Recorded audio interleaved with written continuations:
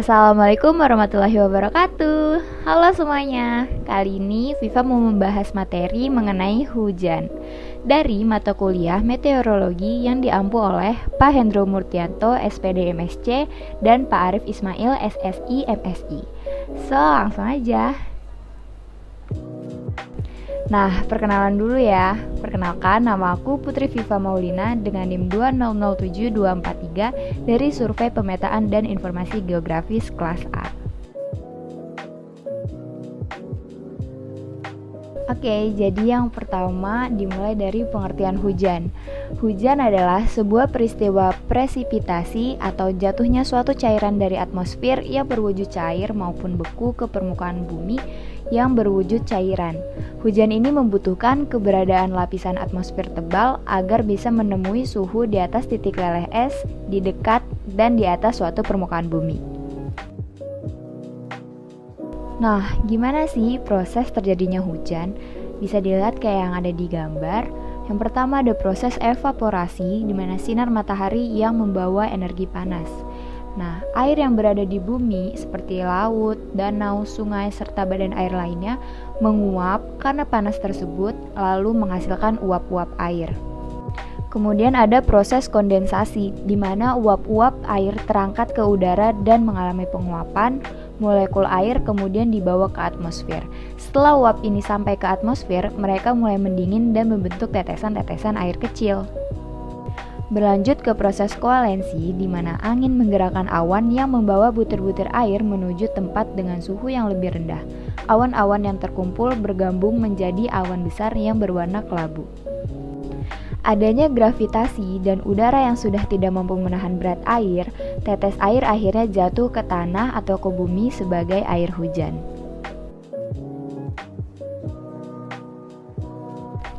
Hujan yang jatuh ke bumi didistribusikan ke dalam beberapa cara. Yang pertama, dikembalikan ke atmosfer melalui penguapan. Yang kedua, dicegah oleh vegetasi yang kemudian diuapkan dari permukaan daun, sebagian lagi meresap ke dalam tanah dan sisanya mengalir langsung ke permukaan laut. Yang ketiga, hujan yang jatuh ke daratan nantinya akan mengalir kembali ke sungai, laut, danau, dan samudra. Nah, selanjutnya ada jenis-jenis hujan, yang diantaranya yaitu hujan konvektif. Adanya perbedaan panas yang diterima lapisan udara di atas permukaan tanah dengan panas yang diterima permukaan tanah. Udara ini lebih hangat daripada udara di sekitarnya. Semakin tinggi naik ke atmosfer, maka udara panas tadi mulai mendingin, sehingga uap air yang mengembun menjadi air yang kemudian membentuk awan cumulonimbus sebelum akhirnya turun menjadi hujan. Nah, jenis hujan ini terjadi pada cakupan wilayah yang lebih kecil, sehingga seringkali kita temukan di wilayah tertentu turun hujan, tetapi di sekitarnya nggak turun hujan.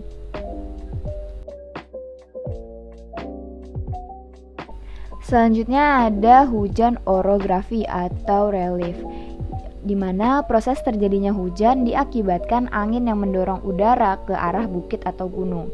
Kemudian udara dipaksa naik karena tidak bisa masuk ke dalam bukit atau gunung tersebut, dan ketika mencapai puncak dari bukit, udara mulai mendingin. Lalu jika sudah mencapai cukup kelembapannya, ia akan mengembun dan membentuk awan hingga akhirnya jatuh sebagai tetesan hujan. Next, hujan frontal. Adanya pertemuan udara dingin dengan udara hangat. Udara hangat naik ke atmosfer yang kemudian menabrak udara dingin. Semakin tinggi naik ke atmosfer, semakin dingin pula suasananya. Udara hangat yang naik tadi juga mulai mendingin dan membentuk awan stratus, sebelum akhirnya menjadi hujan. Hujan frontal biasanya disertai badai petir, lengkap dengan kilat yang sering terjadi. Yang terakhir ada hujan muson. Hujan ini diakibatkan oleh angin muson. Angin ini merupakan angin yang menyebabkan musim hujan dan musim kemarau. Sepanjang tahun, angin ini berhembus dari benua Asia ke Australia dengan perubahan arah seiring musim. Karena melewati banyak samudra, angin ini menciptakan banyak uap air yang mengakibatkan proses terjadinya hujan. Hujan muson ini terjadi di India, Asia Tenggara, dan di tempat lainnya. Jenis hujan berdasarkan ukuran butirannya. Yang pertama ada hujan gerimis, jenis hujan yang diameter butirannya kurang dari 0,5 mm. Kemudian ada hujan salju, jenis hujan yang terdiri dari sebuah kristal-kristal es yang suhunya berada di bawah 0 derajat Celcius. Hujan batu es, jenis hujan curahan batu es yang turunnya dalam sebuah cuaca panas dari awan yang suhunya di bawah 0 derajat Celcius. Yang terakhir ada hujan deras, jenis hujan yang curahan air yang turun dari awan dengan suhu di atas 0 derajat Celcius dengan diameter kurang lebih 7 mm.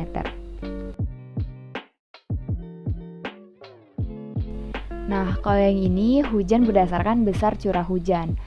Yang pertama ada hujan sedang, memiliki diameter berukuran 20-50 mm per hari. Selanjutnya ada hujan lebat, memiliki diameter berukuran 50-100 mm per hari. Dan hujan sangat lebat, memiliki diameter berukuran di atas 100 mm per hari. Siklus air hujan. Yang pertama ada siklus pendek, dengan proses penguapan air laut, kemudian berlangsung ke konveksi, lalu proses kondensasi, sehingga terbentuknya awan di atas lautan, dan hujan yang terjadi di lautan. Yang kedua ada siklus sedang, di mana penguapan air laut berlanjut ke konveksi, melalui proses kondensasi, sehingga terbawa angin, yang kemudian air hujan tersebut mengalir kembali ke air laut. Yang ketiga ada siklus panjang, berlangsungnya penguapan air laut berlanjut ke konveksi, lalu turun hujan, dan terjadi aliran permukaan dan aliran bawah tanah, yang kemudian aliran permukaan ataupun aliran bawah tanah tersebut mengalir kembali ke laut. Nah, ternyata hujan punya manfaat loh. Yang pertama ada menyuburkan tanaman, 2 air hujan mengandung nitrogen, air hujan mengandung H2O2 atau hidrogen peroksida. Air hujan juga bisa menghilangkan toksin atau racun pada tubuh. Yang kelima, menghemat air tanah. Yang keenam, memperbaiki kualitas udara. Dan yang ketujuh, sebagai persediaan air minum.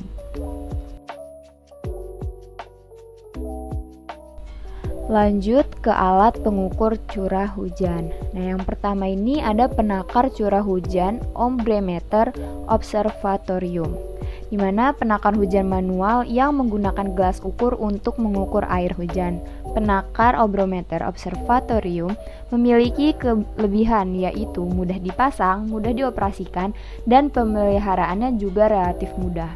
Nah, ada cara kerjanya nih. Yang pertama, saat terjadi hujan, air masuk ke dalam corong penakar. Air yang masuk ke dalam penakar dialirkan dan terkumpul di dalam tabung penampung. Selanjutnya, pada jam-jam pengamatan air hujan yang tertampung diukur dengan menggunakan gelas ukur. Selanjutnya, apabila jumlah curah hujan yang tertampung melebihi kapasitas gelas ukur, maka pengukuran dilakukan beberapa kali hingga air hujan yang tertampung dapat terukur semua. Cara menggunakan alat penakar hujan ombrometer observatorium. Yang pertama, pengamatan untuk curah hujan harus dilakukan setiap hari pada jam 7 pagi atau jam-jam tertentu. Kemudian buka kunci gembok dan letakkan gelas penakar hujan di bawah keran. Kemudian keran dibuka agar airnya tertampung dalam gelas penakar. Jika curah hujan diperkirakan melebihi 25 mm sebelum mencapai skala 25 mm, keran ditutup dahulu. Lakukan pembacaan dan catat. Kemudian lanjutkan pengukuran sampar air dalam bak penakar habis. Seluruh yang dicatat lalu dijumlahkan. Untuk menghindarkan kesalahan paralaks, pembacaan curah hujan pada gelas penakar dilakukan tepat pada dasar meniskusnya. Bila dasar meniskus tidak tepat pada garis skala, ambil garis skala yang terdekat dengan dasar meniskus tadi.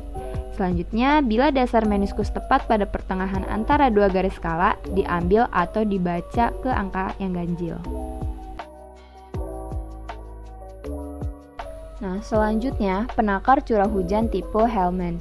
Suatu alat penakar hujan berjenis recording atau dapat mencatat sendiri. Alat ini dipakai di stasiun-stasiun pengamatan udara permukaan. Ada pula cara kerjanya, yaitu jika hujan turun, air hujan masuk melalui corong, kemudian terkumpul dalam tabung tempat pelampung. Air hujan ini menyebabkan pelampung serta tangkainya terangkat atau naik ke atas. Pada tangkai pelampung terdapat tongkat pena yang gerakannya selalu mengikuti tangkai pelampung. Gerakan pena dicatat pada pias yang ditakar atau digulung pada silinder jam yang dapat berputar dengan bantuan tenaga per. Jika air dalam tabung hampir penuh, pena akan mencapai tempat teratas pada pias. Setelah air mencapai atau melewati puncak lengkungan selang gelas, maka berdasarkan sistem sipon otomatis, air dalam tabung akan keluar sampai ketinggian ujung selang dalam tabung. Bersamaan dengan keluarnya air, tangki pelampung dan pena turun dan pencatatannya pada bias merupakan garis lurus vertikal. Jika hujan masih terus-menerus turun, maka pelampung akan naik kembali seperti di atas. Dengan demikian, jumlah curah hujan dapat dihitung atau ditentukan dengan menghitung garis-garis vertikal. Selanjutnya ada penakar hujan tipe tipping bucket. Penakar hujan otomatis yang menggunakan prinsip menampung air hujan pada bejana yang berjungkit. Terdapat dua buah bejana yang saling bergantian menampung air hujan. Cara kerjanya yaitu air hujan akan masuk melalui corong penakar dan kemudian mengalir untuk mengisi bucket. Setiap jumlah air hujan yang masuk sebanyak 0,5 mm atau sejumlah 20 ml, maka bucket akan berjungkit di mana bucket yang satunya akan dan siap untuk menerima air hujan yang masuk berikutnya. Pada saat bucket berjungkit inilah pena akan menggores pias 0,5 skala. Pena akan menggores pias dengan gerakan naik dan turun. Dari goresan pena pada skala pias dapat diketahui jumlah curah hujannya. Selanjutnya ada penakar curah hujan tipe tilting sipon, yang merupakan penakar hujan otomatis menggunakan prinsip menampung air hujan dalam tabung penampung. Bila penampung penuh, tabung menjadi miring dan sipon mulai bekerja mengeluarkan air di dalam tabung. Cara bekerjanya yaitu air hujan ditampung di dalam tabung penampung. Bila penampung penuh, maka tabung menjadi miring. Sipon mulai bekerja mengeluarkan air dalam tabung ketika penampung dalam keadaan penuh.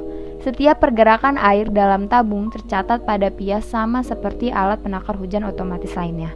Maka dapat diketahui curah hujan yang terkumpul dari pergerakan airnya. Biasanya waktu pengukurannya dilakukan selama 24 jam dan akan dicek setiap harinya dalam waktu yang tidak sama. Nah, yang terakhir, penakar curah hujan tipe Bendix. Tipe Bendix yang sekilas terlihat seperti tiang bendera, namun ini merupakan salah satu penakar hujan otomatis yang cara kerjanya cukup mudah digunakan. Nah, cara kerjanya itu, penakar hujan tipe Bendix bekerja dengan cara menimbang air hujan. Air hujan ditampung dalam timbangan yang sudah disediakan. Melalui cara mekanis, hasil dari timbangan ini ditransfer melalui jarum petunjuk berpena. Maka akan diketahui curah hujan melalui penimbangan air yang ditransferkan dari jarum petunjuk ke dalam kertas pias. Nah, ini tercantum beberapa sumber yang bisa menjadi referensi untuk teman-teman semuanya. Terima kasih buat semua yang sudah menyimak videonya. Semoga ilmu-ilmu tadi bermanfaat buat kita semua ya. Mohon maaf bila ada kesalahan kata. Wassalamualaikum warahmatullahi wabarakatuh.